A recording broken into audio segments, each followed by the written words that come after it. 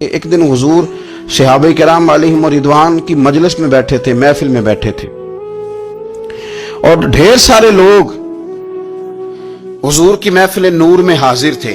نبی پاک صلی اللہ علیہ وسلم نے نہ کبھی کسی کو اپنی محفل سے نہیں اٹھایا، کافر بھی آتے، مشرک بھی، منافق بھی آتے، وہ ایک سوال پوچھتے تو جواب ملتا، 10 سوال پوچھتے تو جواب ملتا، 100 سوال پوچھتے تو جواب ملتا۔ حضور صلی اللہ علیہ وسلم کھلے دل کے ساتھ ان کو باتیں بتاتے، جس قسم کی وہ بات پوچھتے حضور اسی قسم کا انہیں جواب ارشاد فرماتے۔ لیکن آج محفل جمی ہوئی تھی، صحابہ فرماتے ہیں بہت سارے لوگ تھے، اچانک نبی پاک نے ایک جملہ ارشاد فرمایا بھی آج اگر ہماری محفل میں کوئی ایسا شخص موجود ہے جو رشتے توڑنے والا ہے، جس نے اپنے رشتے توڑ رکھے ہیں، تو وہ میری محفل سے اٹھ کے چلا جائے۔ گرا جو ان کی نگاہ سے وہ سنبھل نہیں سکتا۔ اگر کسی نے رشتے توڑے ہوئے ہیں، جان بوجھ کے بغیر کسی شرعی وجہ اٹھ کے چلا جائے، اس محفل میں نہ بیٹھے، اتنی بڑی بات۔ صحابہ کہتے ہیں کہ اتنا بڑا جملہ بڑا کم سننے میں ملا، اٹھ کے چلے جاؤ اگر کسی شخص نے اپنے رشتے توڑے ہوئے ہیں۔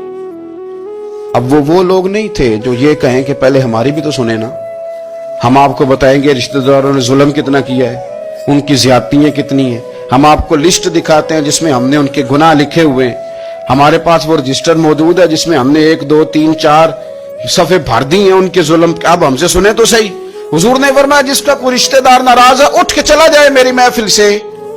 ایک نوجوان اٹھ کے گیا اور اس نے بھی جا کے بحث کوئی نہیں کی، کہتے میری خالہ ناراض تھی، جیسے بھی مجھ سے ہو سکا نا میں نے خالہ کو راضی کیا۔ کیوں؟ یہ بڑا کمال نقطہ ہے، اس کو سمجھنا، یہ کمال نقطہ ہے۔ آج کو یہ نہیں کہ بچے کے دن رکھ لیے تو اب خالہ کو منانا ضروری ہو گیا ہے، اب یہ نہیں کہ رشتہ داری کرنی ہے تو منانا ضروری ہو گیا، شادی پہ جانا تھا تو ضروری ہو گیا۔ آج خالہ کو منانا اس لیے ضروری ہے کہ مدینے والے رسول نے کہہ دیا اٹھ کے چلے جاؤ۔ حضور کی رضا کے لیے، نبی پاک کو راضی کرنے کے لیے آج ضروری ہو گیا، ضروری۔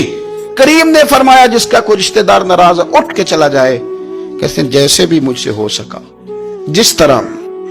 اس لیے نہیں کہ الیکشن تھے تو ضروری تھا، اور جیسے تیسے بھی تھا راضی کرنا مقصود تھا، اس لیے کہ اللہ رسول راضی ہو۔ میں نے خالہ کو راضی کیا، آ کے واپس بیٹھا۔ اب رسول پاک علیہ السلام نے قول ارشاد فرمایا، بات ارشاد فرمائی۔ حضور صلی اللہ تعالی علیہ وسلم نے فرمایا سنو بھائی، اس قوم پر رحمت نازل نہیں ہوتی جس میں کوئی رشتے توڑنے والا موجود